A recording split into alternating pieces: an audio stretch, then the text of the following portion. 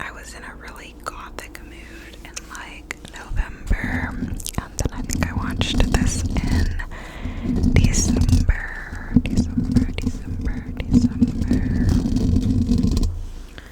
But I quite enjoyed this. It was starring Jacob Elordi, and I forget the girl's name, but she's really good in like period film, like shows and movies that are period pieces. And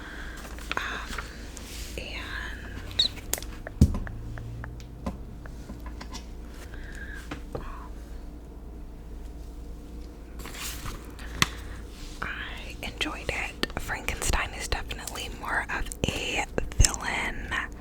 Frankenstein is the name of the scientist, and he's definitely more of an outright villain in it, whereas in the book it's left more up to interpretation. But honestly, it was annoying to watch him be a villain because I just wanted to strangle him for abusing the creature that he made, that he created. So it's the equivalent of someone abusing their child. But I also kind of appreciated the portrayal because I was glad to kind of see the scientist as the monster this time, because we always called the creature the monster. But really, I don't believe that the creature is the monster of the story, you know? Like, in my eyes, the scientist made him, gave him no other, you know, people of his race, of his, you know, anything, never taught him anything, never loved him, accepted him, taught him how to interact with people or anything, and then just like tried to destroy him and told him he was a terrible, despicable thing. And I think part of the reason the story of Frankenstein has such a big impact on people till date is because of that, because that's still relatable to so many people, including myself. So I did kind of like the portrayal, and I liked the gothic shots. The opening is like, okay, whatever, but as you go, there's some really lovely gothic shots, so I really liked that as well. And yeah, I really liked it. I also rewatched Zootopia in preparation for Zootopia 2, and I had forgotten how good the plot twist is in Zootopia 1, so loved that. And then Nick Wilde,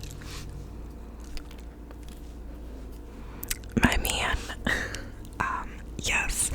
So then Zootopia 2, again, it had a great twist. It had some great messages about prejudice and colonialism, and some very real world ties to issues going on in the world today. So I thought it was fantastic.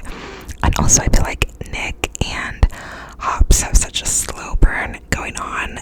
Zootopia 3 has already been announced, and I can't wait for those two to finally kiss. If they don't kiss in Zootopia 3, then like, what are we doing? But in Zootopia 3, we're gonna bring in birds, which is interesting because we've not seen any birds in Zootopia. Supposedly this utopia for animals, and then in Zootopia 2, they brought in snakes, and propaganda against them. And yeah, I thought it was really good. So yeah, I also kind of absently watched Tales of the Underworld and Tales of the Empire with my younger brother when I was visiting my family at the holidays, and these both seemed pretty good. Something about the Star Wars shorts series always has really good storytelling, I feel like, and Cad Bane had a whole storyline in one of them, which was really cool to see, because he's kind of a legend in the Star Wars universe. So yeah, that was fun. I think I want to rewatch those though, because I don't think I was paying as much attention as I probably should have been. So kind of want to rewatch those. But yeah, really good. Okay, Stranger Things season 5 volume 1. I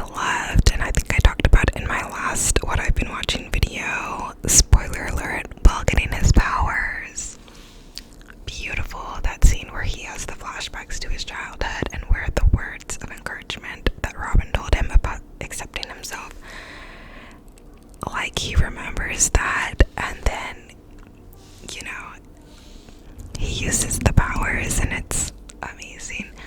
Honestly, one of my favorite scenes from all of Stranger Things. Absolutely, I loved it. Like, I literally had tears in my eyes. It was so beautiful. Volume 2, I still liked a lot, but I didn't like the way that the last episode in Volume 2 ended. I felt like it ended very anticlimactic compared to the second to last episodes of previous seasons. Especially if you compare, like, season 4, which in my opinion is one of the best, if not the best season of Stranger Things. There was so much anticipation and heaviness in that second to last episode in season 4, and then compare that to, like, season 5, and it was really just not the same. But I did love something still. I loved Max and Lucas's reunion finally. They're the best couple in Stranger Things. Hello. Lucas is such a green flag, and Max is just amazing. And Lucas is so consistent and dependable and really underrated. And yeah, the two of them together are just great. I also really loved Will possessing Vecna's body. That was amazing. And Jamie Kemper Bowers, is that how you say his name? His acting in that scene where he's like glitching and going back between like his old self and Vecna and all of that. Amazing, so good. Definitely giving Star Wars, and I think they even said they took inspiration from Vader for that scene. So loved that. And again, while using the powers, phenomenal. And the emotional scene between Steve and Dustin when they meet up, really strong character portrayals and acting and emotions. Loved that. Didn't love, like I said, the ending of the second to last episode. Felt like it was anticlimactic. Didn't love the absolute wasting of time in really important moments, like Max and Holly yapping before running to the portals when Max didn't make it to the portals last time, and when Lucas was playing the music at the hospital, almost blowing their cover with the demo animals because he thought the music was the only way to bring Max back. He's out there risking his life for Max with this music playing in this super tense situation, and Max is yapping away before the portals. Like, be so for real. And there were just so many moments like that where it was like so much unnecessary yapping, where it was like something important needed to be said, but it didn't need to take up 20 minutes in this super high tense, you know, scene. Nancy and Jonathan's breakup, again, like, they didn't die, neither of them died, so we didn't need this huge fake out of them confessing how they love each other but not in that way and all that. Like, it was just so weird and unnecessary in my opinion.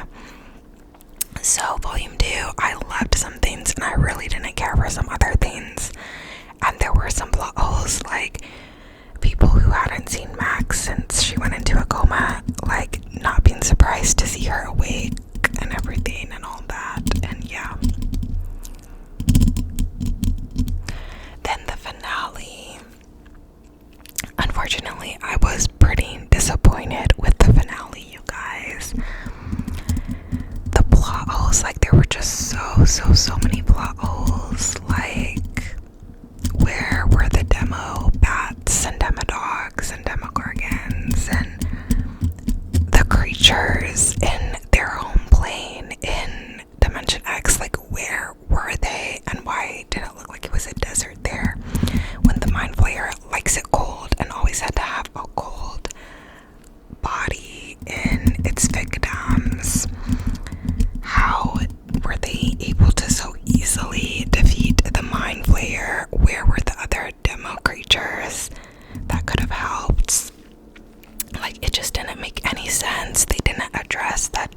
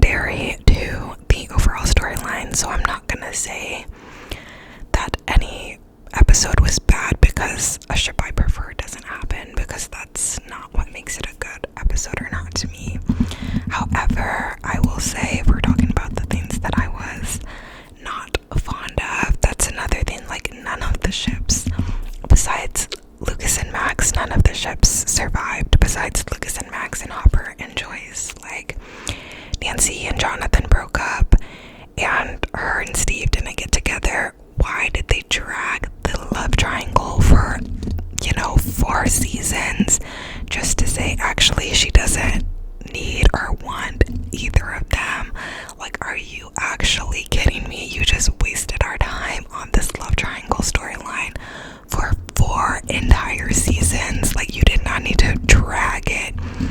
If you were gonna say she don't need anyone, like, are you so for real? Like, don't piss me off.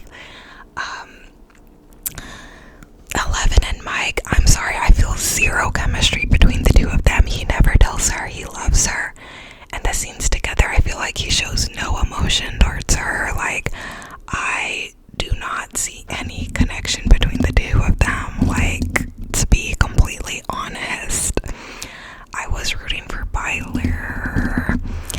I was hoping for Will and Mike, but whatever, that didn't happen either. I do feel like we were baited a bit with that. Like, even in the end of season 4, Jonathan and Nancy were standing together, Joyce and Hopper, I think it was, and Will and Mike, and then 11 was standing by herself in the front. So I thought maybe 11 was gonna go off and do something, which she did, and that Will and Mike were gonna be together, but no. So yeah, the ships, I just felt like, why did they kill all the ships at once too? Then they said that Vicky and Robin might have broken off screen.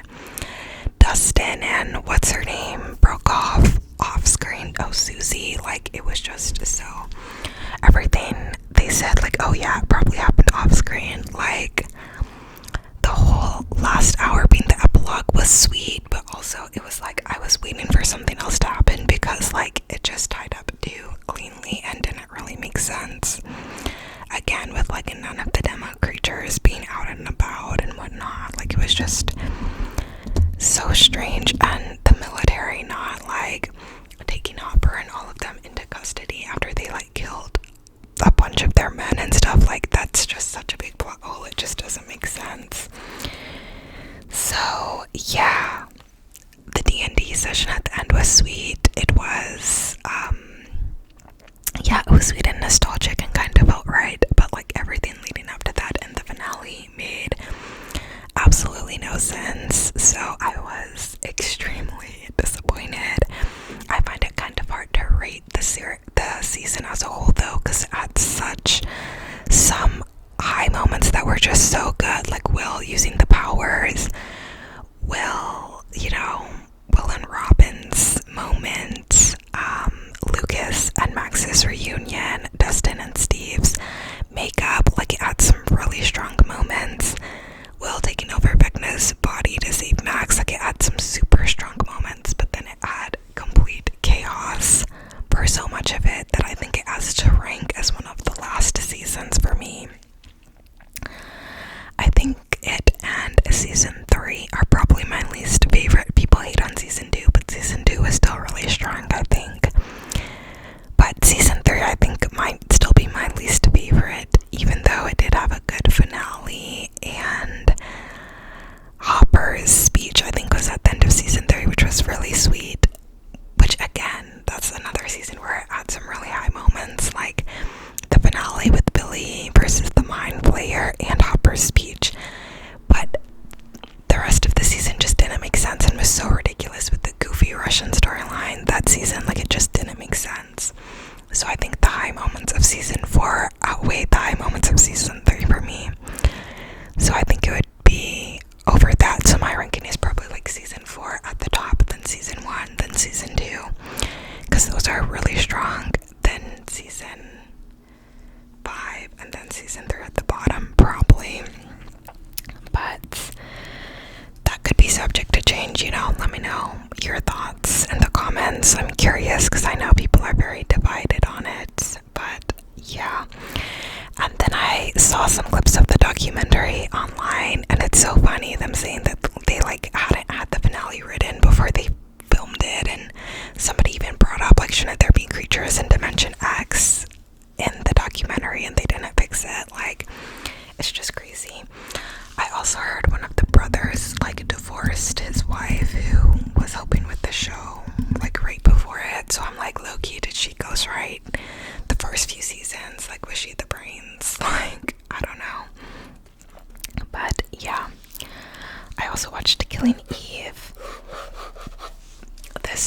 is Sandra Oh, and I love her ever since Grey's Anatomy.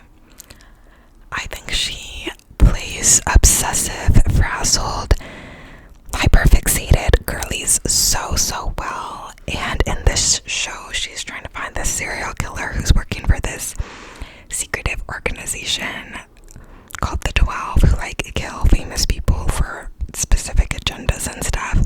And then her and this girl who's the serial killer end up obsessed with each other and like chasing each other and hunting each other for a few seasons, and then they work together at some points and are hunting each other again at other points. And it's just really good. There's definitely a lot of like sapphic subtext with it, sapphic subtext, and they do actually kiss and get together a few times over the course of the show. But yeah, I loved it. It's so good. It's so dramatic. I will say the first 2 seasons were fantastic, and then the last 2 seasons kind of fell off a bit, and I did not like the ending. If you know, you know.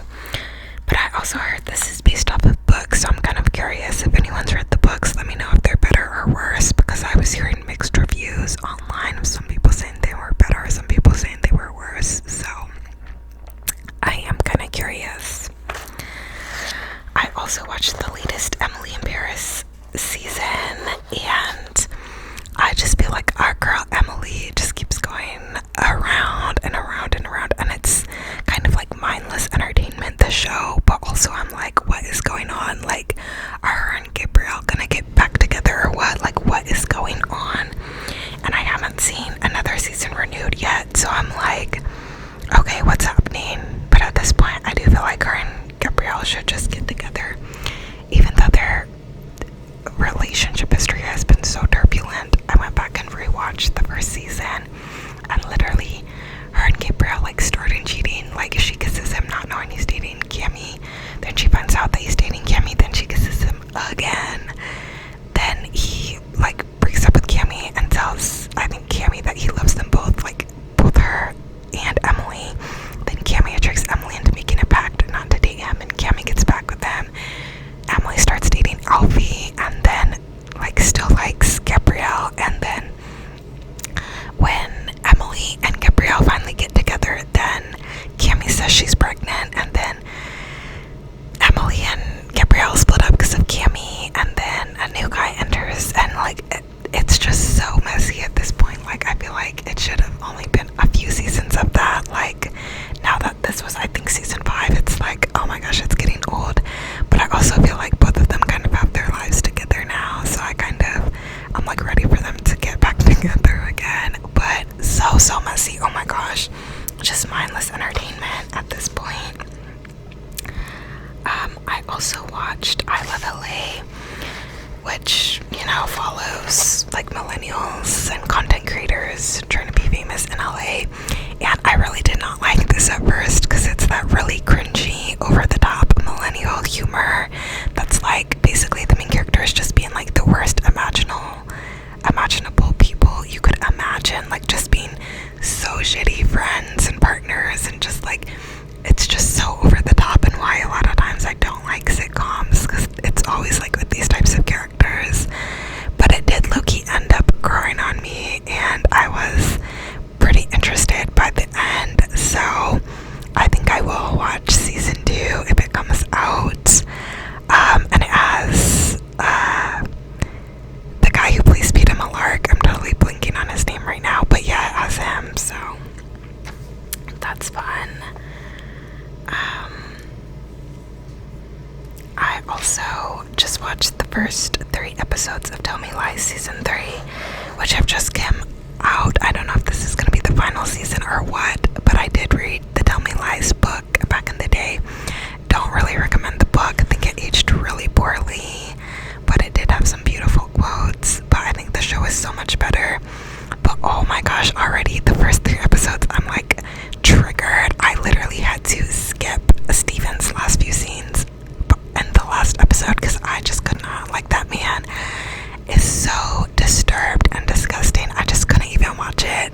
But it's so juicy. It's so like the situationship of From Hell. Like, it is just so dramatic, and they've all god, so much shit going on. It's so crazy. I can't stand when people say that Lucy deserves Steven though, or that Lucy's kind of like on the same level as Steven, because she's not. And it really just goes to show in society how people equate women being perceived as unlikable on the same level as men being like rapists, murderers, like crazy things. And I think the public reaction to the Tell Me Lies show really illustrates that, because Steven has, spoiler alert, left a girl for dead.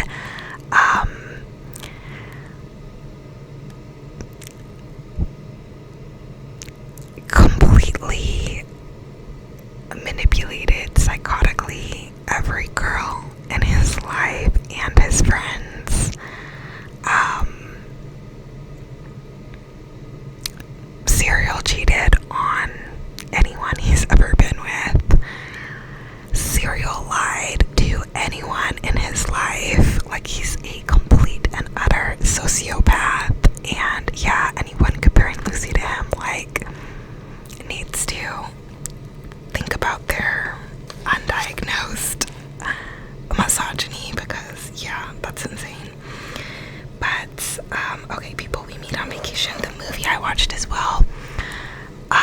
I did not like the book. I read it in college and I thought that book was so freaking boring. Like, oh my gosh, so boring. And I also think the romance is like honestly a horror story. Like, the guy gets a vasectomy after his best girlfriend has a pregnancy scare and is freaked out. Like, if I had a guy friend who did that and we're not dating, I'd be like, I need a restraining order. Like, why are you getting a vasectomy for me and we're not together? Like, are you insane? So, absolute horror story. And yeah, but it is set in Ohio, and Emily Henry is an Ohioan, and there are certain things in her movies and books, well, only one movie now, but in the movie adaptation and in her books, that I feel like you only get if you're a Midwesterner.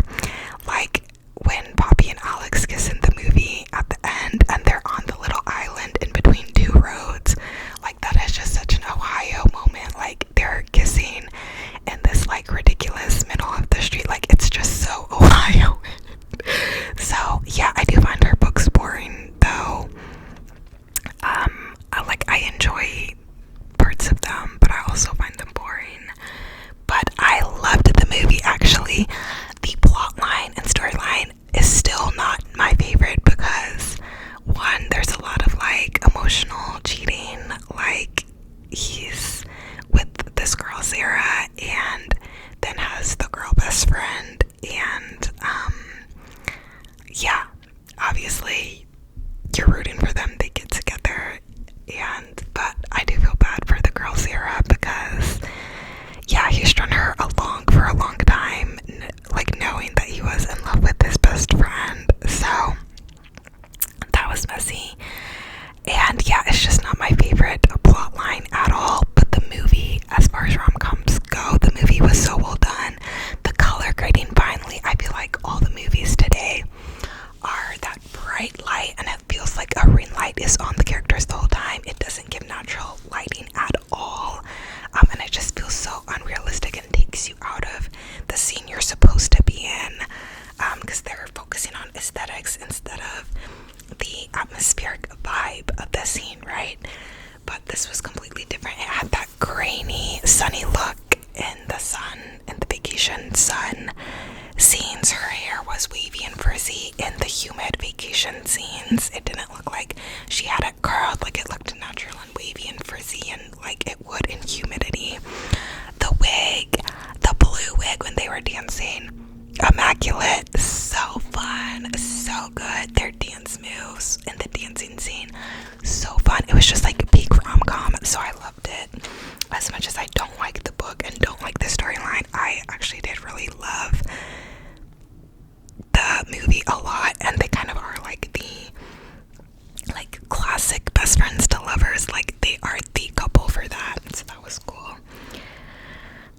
And then I finished the last two Heated Rivalry episodes, and I'm in love. I've already went back and rewatched the show all the way through a second time, and I just think it's so intimate and powerful and moving, and I don't think everyone's gonna get it, but those who do.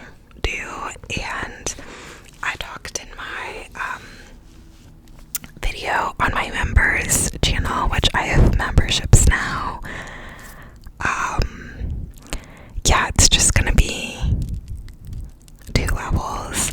But I figured when I talk about more personal things, I'll put that on my memberships, so it's not just for anyone on YouTube to come across and see. And I went and like privated or moved it to members some of my older videos where I talked really candidly about some personal things. But I talked in that video, which is either up or will be up soon on my memberships, about why it was so powerful to me. But there's certain scenes from the show that will just stay with me forever.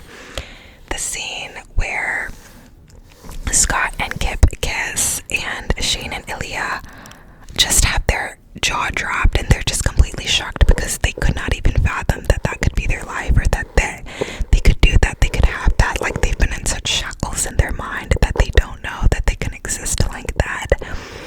That scene is so emotional for me and I love it so much. The scene where Shane comes out to his mom and what he says and the way she receives him when he says, like, I want you to know I really did try, and she's like, oh no, like, I'm sorry, I made you feel you couldn't tell me this, like, please forgive me. Like, that scene is so beautiful and will stay with me forever. And just multiple scenes really are just so beautiful and have had such a impact on me, and I know on a lot of other people as well. So yeah, I just loved it, and I loved it the last 2 episodes. The cottage episode was so sweet, them like sitting with the sunrise and with the blanket and the cup of whatever, like, it was just so sweet, so beautiful. And I think as you go on to, it kind of switches the vibe. Like, in the beginning it's like raunchy and they're hooking up and it's a situationship and that's that, but the last couple episodes you really don't see much of like that side of things, and it's not super raunchy, but it's intimate in like a soft